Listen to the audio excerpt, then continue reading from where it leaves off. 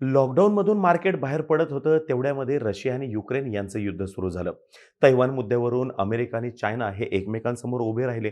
North कोरियानं जपानवरून missile डागली आणि उरली सुरली कसर ही इस्रायल आणि पॅलेस्टाईन यांनी भरून काढली.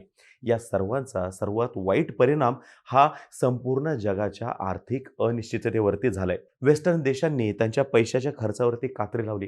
त्यांचे प्रोजेक्ट जे आहेत ते पुढे ढकलले आणि परिणाम स्वरूप आपल्या इथल्या आय टी कंपन्यांमधील जॉब कमी झालेले आहेत. याला आपण श्रिंकिंग असं सुद्धा म्हणू शकतो. आता मिंटच्या रिपोर्टनुसार जुलै सप्टेंबर या क्वार्टरमध्ये आय टीमधील जॉब आटलेत, जे की गेल्या 25 वर्षात पहिल्यांदाच घडलेलं आहे आणि सॅलरी हाईक सुद्धा कमी झालेल्या दिसून आलेल्या आहेत. आता या रिपोर्टमध्ये नेमकं काय म्हणलेलं आहे, आय टी सेक्टरमधले जॉब कमी का होत आहेत आणि सॅलरी हाईक सुद्धा का कमी झालेल्या आहेत, या सर्व गोष्टींवरती आज आपण चर्चा करण्याचा प्रयत्न करणार आहोत. नमस्कार, मी अरुणराज जाधव बोल व्हिडिओवरती तुम्हा सर्वांचं अगदी मनापासून स्वागत करतो. 1990 नंतर आपल्या देशाची प्रगती होण्यामध्ये आय टी सेक्टरचा आणि या क्षेत्रातील तंत्रज्ञानाचा फार मोठा वाटा आहे. डायरेक्ट टॅक्सेसमध्ये सुद्धा या क्षेत्रातील तंत्रज्ञानाचा फार मोठा वाटा आहे आणि परकीय चलन मिळवून देण्यामध्ये सुद्धा. यामुळे या क्षेत्रासाठी सरकारने कायमच पायघड्या घातल्या आणि या क्षेत्रातील तंत्रज्ञाने सुद्धा त्यांच्या कुशल बुद्धिमत्तेच्या जोरावरती सरकारचा विश्वास कमवलेला आहे आणि एकूण जनतेचा सुद्धा विश्वास कमवलेला आहे.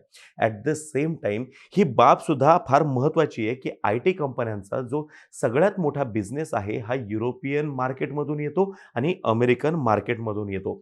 जर का युरोपियन मार्केट किंवा अमेरिकन मार्केटवरती काही परिणाम झाला की त्याचे एकूण रिफ्लेक्शन जे आहे ते आपल्या मार्केटवरती उमटल्याशिवाय राहत नाही. मेंटच्या रिपोर्टनुसार येत्या मार्चमध्ये संपणाऱ्या आर्थिक वर्षामध्ये मागील वर्षाशी तुलना करता कमी कर्मचारी राहतील. त्यांच्यानुसार टॉप 10 ज्या आपल्या इथल्या आय टी कंपन्या आहेत तिथला वर्कफोर्स 2.11 मिलियन वरून 2.06 मिलियन पर्यंत श्रिंक झालाय. फक्त L&T ही अशी कंपनी आहे ज्यांच्या हेडकाउंटमध्ये ग्रोथ झाली आहे. या व्यतिरिक्त TCS, Infosys, Wipro, Tech Mahindra, Persistent यांच्या इथला हेडकाउंट कमी झालेला आहे असं यांच्या रिपोर्टमध्ये म्हणलेलं आहे. आता बघा, याचा अर्थ असा होतो का की हायरिंग पूर्णपणे बंद झालेली आहे? तर तसं नाही. पण जर का आधी एखाद्या कंपनीतील 100 कर्मचाऱ्यांनी राजीनामा दिला आणि दुसऱ्या कंपन्यांमध्ये जर का ते जॉईन होत असतील, मग कंपनी काय करायची तर नवीन 100 जणांना रिक्रूट करायची. पण आता तसं होताना दिसत नाहीये. 100 पेक्षा कमी जण ते रिक्रूट करतायत, ज्याचा इफेक्ट आपल्याला वर्षाच्या शेवटाला दिसेल. म्हणजेच काय, एकूण जॉब जे आहेत ते श्रिंक झालेले दिसू शकतात असं या रिपोर्टमध्ये नमूद करण्यात आलेलं आहे. आता हे होण्यामागचं कारण काय, तर जिओ पॉलिटिक्स हे तर महत्त्वाचं कारण आहेच, पण याच्या जोडीला changing deal types, pressure on margins आणि looming uncertainty on global economy ही या सगळ्याची महत्त्वाची कारणं आहेत. याचा परिणाम असा झालेला दिसतोय की सपोज एखाद्या टेकीने जॉब सोडला आणि दुसरीकडे जर का तो जॉईन करतोय, तर जॉईन करत असताना तो काही ना काहीतरी सॅलरी हाईक मागायचा. तर ह्या सॅलरी हाईकमध्ये सुद्धा मोठी कपात झालेली दिसून येते. इकॉनॉमिक टाइम्सने दिलेल्या रिपोर्टनुसार software firms are currently offering 18% to 22% hikes to job changers, a significant drop. कारण मागच्या वर्षी हेच जे प्रमाण होतं ते 40% ते 100% होतं. म्हणजे हाईक 40% ते 100% मिळत होती. पण आता हेच प्रमाण 18 ते 22% कमी झालेलं आहे.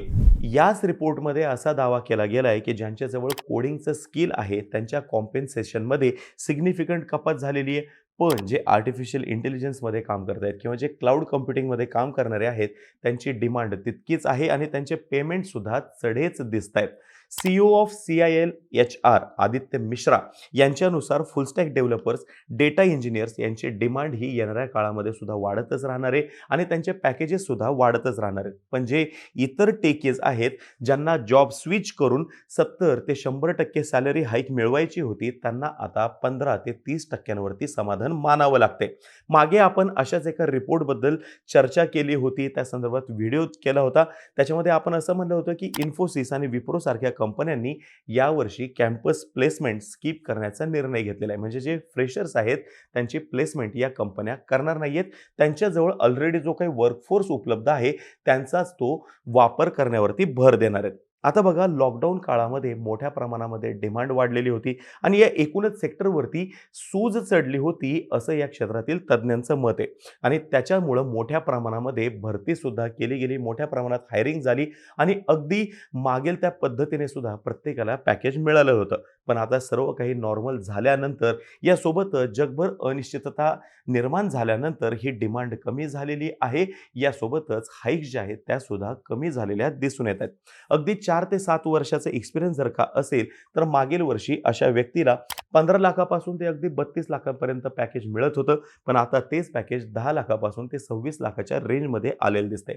कंपन्यांनी सुद्धा निगोशिएशन्स करताना त्यांची एकूण निगोशिएशनची जी रेंज आहे ती कमी केलेली आहे. आणि ज्यांच्या अपेक्षा जास्त आहेत कंपनीकडून हाईक मिळवण्यासंदर्भात, एकतर त्यांना बाजूला केलं जाते लिस्टमधून किंवा त्यांना त्या लिस्टमध्ये अगदी शेवटी कुठेतरी कन्सिडरेशन लिस्टमध्ये अगदी शेवटी कुठेतरी प्लेस केलं जाते असं दिसून आलेलं आहे. याच्या जोडीला अजून एक मुद्दा असा आहे की US वरून रिटर्न येणारे जे इंजिनियर्स आहेत त्यांची याच्यामध्ये भर पडलेली आहे, जे की सध्या कंपन्यांमध्ये अगदी 30% ते 40% ची हाईक सुद्धा स्वीकारायला तयार आहेत. यामुळे आधी मार्केट जे आहे, जे टेकी ड्रिव्हन होतं, म्हणजे जे तंत्रज्ञ आहेत, ज्यांच्याकडे स्किल होतं, ते त्यांच्यानुसार कंपनीकडून पाहिजे तेवढी हाईक मिळवत होते.